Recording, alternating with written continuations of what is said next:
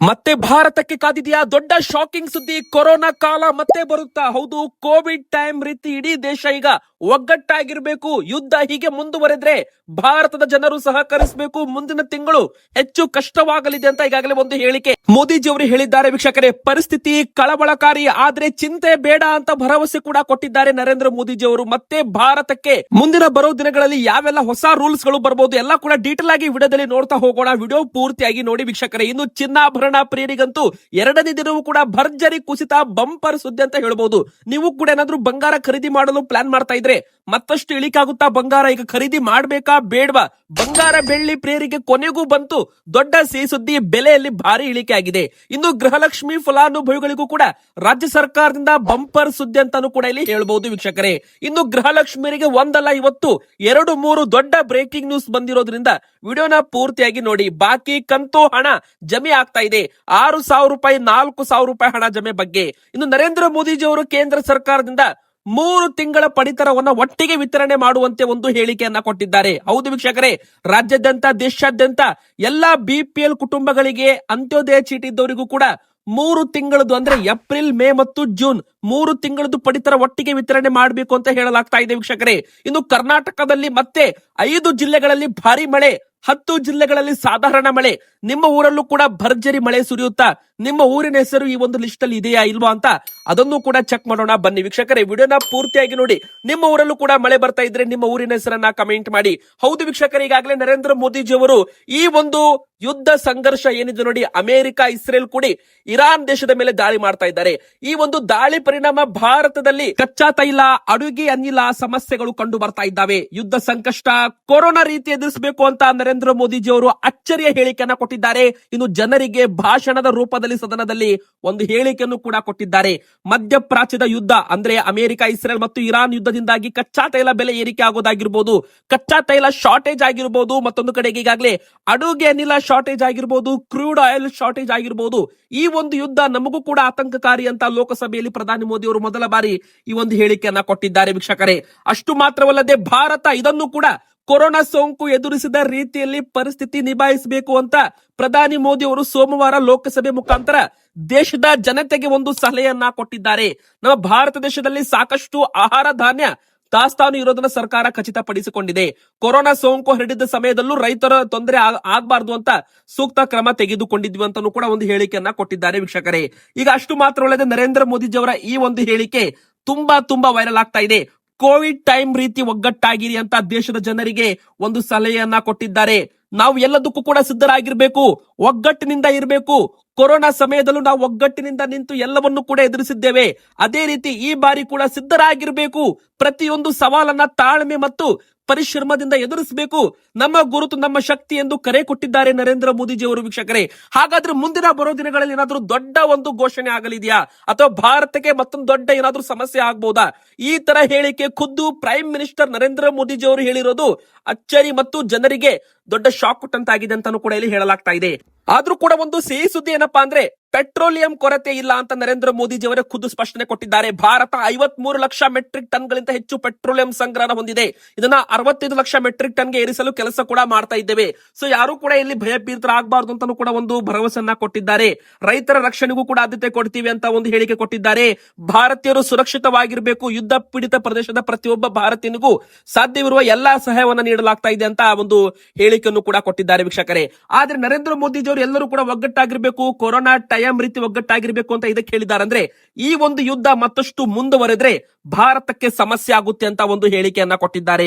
ಹೌದು ವೀಕ್ಷಕರೇ, ಸಂಘರ್ಷ ಪರಿಣಾಮ ದೀರ್ಘಕಾಲ ಉಳಿಯುವ ಸಾಧ್ಯತೆ ಇದೆ. ಅಂದ್ರೆ ಈ ಒಂದು ಅಮೆರಿಕ, ಇಸ್ರೇಲ್ ಕೂಡಿ ಇರಾನ್ ದೇಶದ ಮೇಲೆ ದಾಳಿ ಮಾಡ್ತಾ ಇದ್ದಾರ. ಆ ಒಂದು ದಾಳಿಯಿಂದ ಹೋರ್ಮಜ್ ಜಲಸಂಧಿ ಬಂದ್ ಆಗಿದೆ.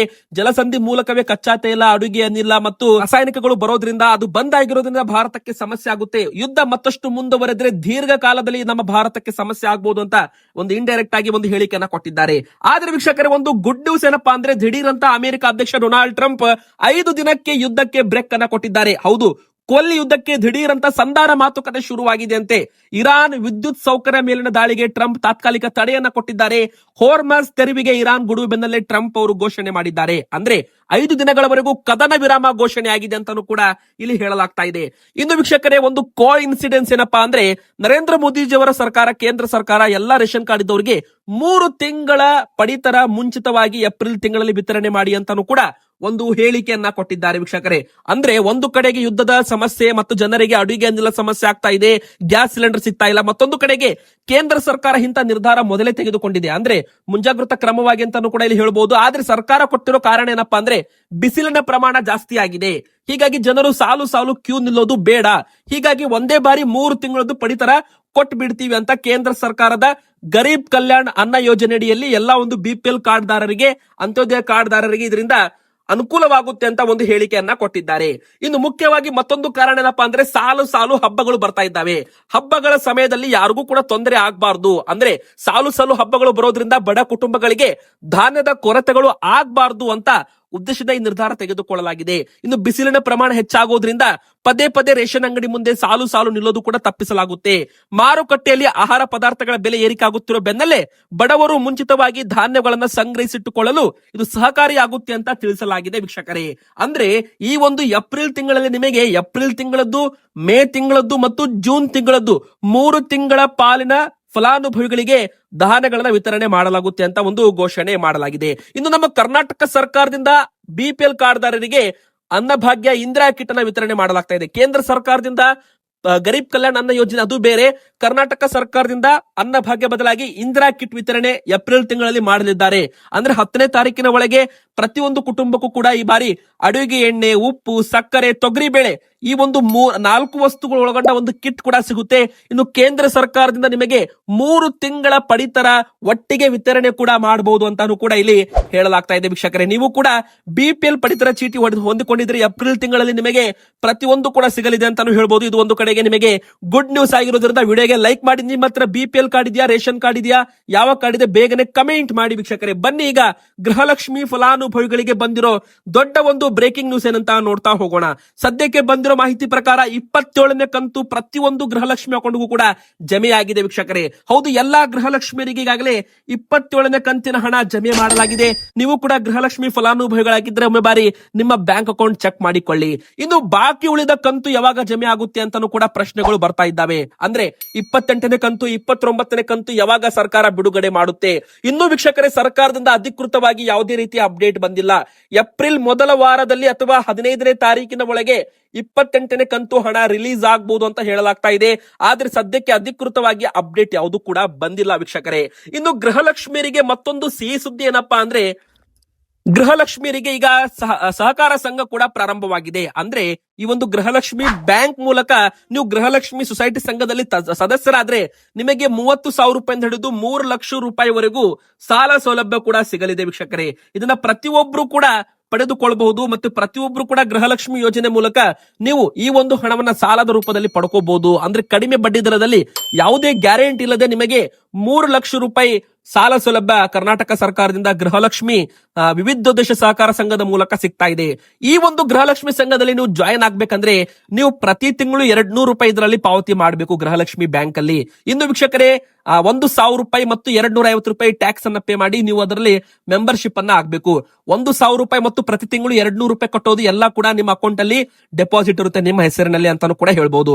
ಇನ್ನು ಗೃಹಲಕ್ಷ್ಮಿ ಯೋಜನೆ 2,000 ರೂಪಾಯಿ ಬದಲಾಗಿ ನಿಮಗೆ 1,800 ರೂಪಾಯಿ ಬರುತ್ತೆ. 200 ರೂಪಾಯಿ ನಿಮ್ಮ ಹಣ ಡೆಪಾಸಿಟ್ ಆಗಿ ಗೃಹಲಕ್ಷ್ಮಿ ಬ್ಯಾಂಕ್ ಅಲ್ಲಿ ಜಮೆ ಆಗುತ್ತೆ. 6 ತಿಂಗಳವರೆಗೂ ನೀವು ಈ ತರ ಜಮೆ ಮಾಡಿದ್ರೆ ಸಾಕು, ಅದನ್ನ ಏನು ಕೂಡ ಆಗಲ್ಲ. 1,200 ರೂಪಾಯಿ ನಿಮ್ದು ಹಣ ಸೇಫ್ ಆಗಿ ನಿಮ್ದು ಬ್ಯಾಂಕ್ ಅಲ್ಲಿ ಜಮೆ ಇರುತ್ತೆ. ನಂತರ ನಿಮಗೆ ಯಾವಾಗ ಬೇಕು ನೋಡಿ ಅವಾಗ ನೀವು ಸಾಲ ಸೌಲಭ್ಯವನ್ನ ಪಡ್ಕೋಬಹುದು. ಈಗ ವೀಕ್ಷಕರೇ, ಬನ್ನಿ ಈಗ ಮತ್ತೊಂದು ದೊಡ್ಡ ಬ್ರೇಕಿಂಗ್ ನ್ಯೂಸ್ ಏನಂತ ನೋಡ್ತಾ ಹೋಗೋಣ. ಬಂಗಾರ ಮತ್ತು ಬೆಳ್ಳಿ ಬೆಲೆ ಭರ್ಜರಿ ಇಳಿಕೆ ಕಾಣ್ತಾ ಇದೆ ವೀಕ್ಷಕರೇ. ಹೌದು, ಪ್ರತಿಯೊಂದು ಆಭರಣ ಪ್ರಿಯರಿಗೂ ಕೂಡ ಇದು ಒಂದು ಸಿಹಿ ಸುದ್ದಿ ಅಂತ ಹೇಳ್ಬಹುದು. 43 ವರ್ಷಗಳಲ್ಲೇ ಚಿನ್ನದ ದರ ದಾಖಲೆ ಕುಸಿತ ಇಲ್ಲಿ ಕಂಡಿರುವಂತದ್ದು.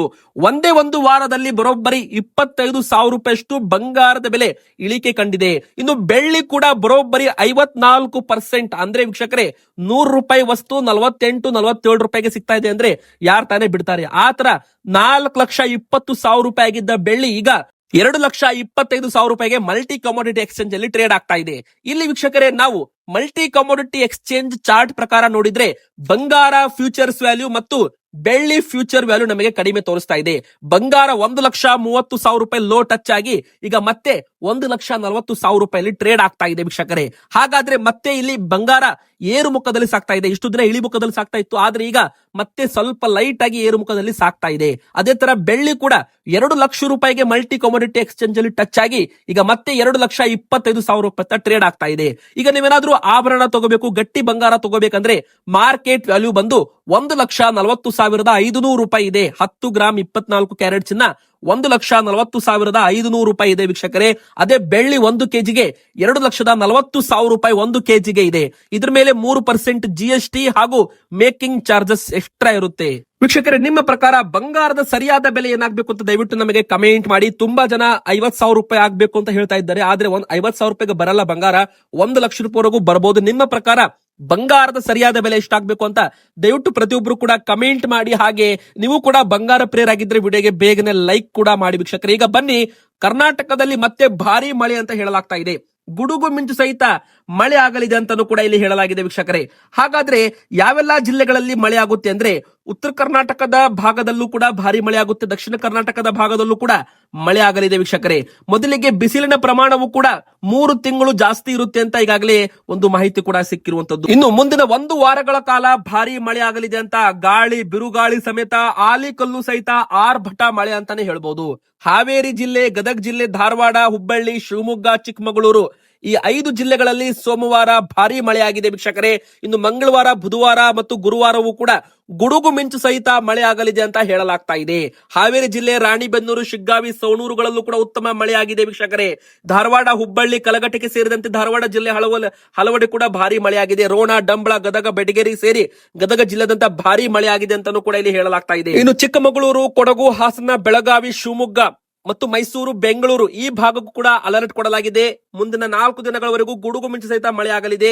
ಇನ್ನು ವೀಕ್ಷಕರೇ, ಬೀದರ್, ಉತ್ತರ ಕನ್ನಡ, ದಕ್ಷಿಣ ಕನ್ನಡ ಜಿಲ್ಲೆಗಳಲ್ಲೂ ಕೂಡ ಮಳೆ ಆಗಲಿದೆ. ಉಡುಪಿ, ಉತ್ತರ ಕನ್ನಡ, ದಕ್ಷಿಣ ಕನ್ನಡ, ಧರ್ಮಸ್ಥಳ, ಬೆಳ್ತಂಗಡಿ ಈ ಭಾಗದಲ್ಲೂ ಕೂಡ ಮಳೆ ಆಗಲಿದೆ ಅಂತ ಹೇಳಲಾಗಿದೆ. ನಿಮ್ಮ ಊರಲ್ಲೂ ಕೂಡ ಮಳೆ ಬರ್ತಾ ಇದ್ರೆ ನಿಮ್ಮ ಊರಿನ ಹೆಸರನ್ನ ಕಮೆಂಟ್ ಮಾಡಿ, ವಿಡಿಯೋಗೆ ಲೈಕ್ ಮಾಡಿ, ಚಾನೆಲ್ಗೆ ಸಬ್ಸ್ಕ್ರೈಬ್ ಆಗಿ.